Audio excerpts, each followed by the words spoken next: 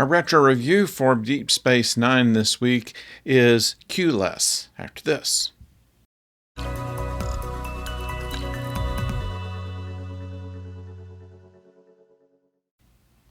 Hello out there, I'm the oldest nerd. And in this episode, Q-less, when I first saw it, I didn't much care for Q's characterization in this.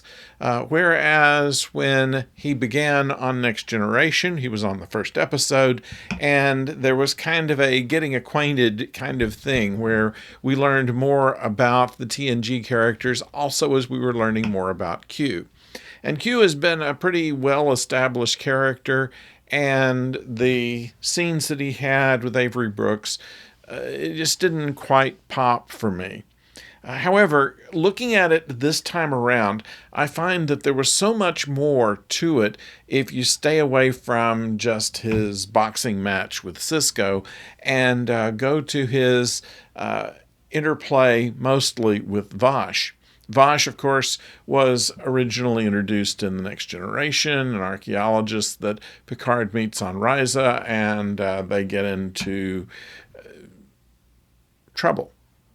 And Vash is not exactly the most ethical of archaeologists. Kind of reminds me a little bit about River Song. I kind of wonder which one came first when we think about it, of River Song's character on Doctor Who or Vash on TNG, or if it's just somewhat coincidental that both would have kind of a rogue archaeologist.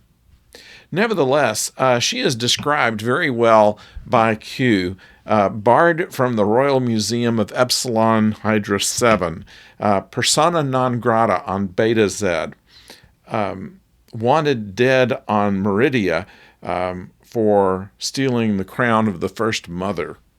And they also make some interesting remarks concerning other places we haven't heard of, like Ericon 7, Brax, where Q is called the God of Lies, and Aramis 5. All of these thrown out just in conversation.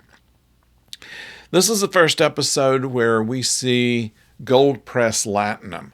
We know that from the very beginning that Quark was someone who was, as all Ferengi are, interested in profit, but they never talked about what kind of currency they had.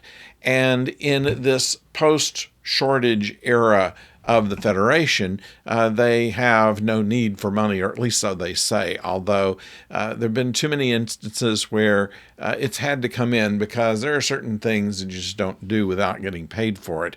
And that gets into a whole web of problems. And they solved it here with the advent of Gold Press Latinum. They explained to it in a later episode that platinum itself is liquid and is pressed in gold in order to make it a little easier in transactions. And so they mention Gold Press Latinum too much in this just to get you the idea of it. In later episodes, they just say Latinum as kind of a shorthand. At any rate, we know now that it comes in bars. Later, we'll know that it comes in strips for smaller denominations. Anyway, it gives a whole new language now for them to speak in commerce that happens on the station. We have a little bit of Bashir. Bashir is still in his annoying phase. He's trying to impress a Dabo girl with how he did on his Starfleet medical exams. He says to O'Brien, Starfleet medical finals gets them every time. He's kind of a horn dog through much of this, not really to my liking. Later on, they figure out what to do with him. Right now, he's just kind of the young guy who's got a big ego, and there's not really much to do with that, unfortunately. We find for the first time Quark has a certain sensitivity in his earlobes. This is used by Vash in negotiating his percentage of an auction that they're going to hold. And while the rest of the plot I consider fairly unimportant, there's something there that causes power outages and the station, and it's released, and everybody lives happily ever after. I don't know if Q makes another appearance on Deep Space Nine. I don't think that it was really his place to be. He comes later on Voyager and has much more interesting antics there. But for this, it serves more really to define Vash and to give more of a highlight on the characterization of Quark and his idea of the people he deals with. He told Odo qualified buyers, and Odo said, "What's that?" He said, "Well, they're all ridiculously wealthy and not too bright." I rather like that line, too. A lot of good lines in this episode, as a matter of fact. It's worth seeing.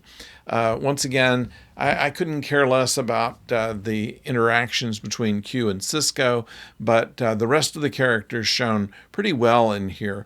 And so with that, that is Q-less on Deep Space Nine. This is... I forget what episode this is. I'll put it in the title card, and so you'll know. I think it's like episode 5 of Deep Space Nine. So until next time, don't forget to subscribe, and please like the channel if you will. We have another retro review coming tomorrow of Star Trek, the original series, and of course on Thursday, another new episode of Strange New Worlds. So until we see you in those times, don't go far.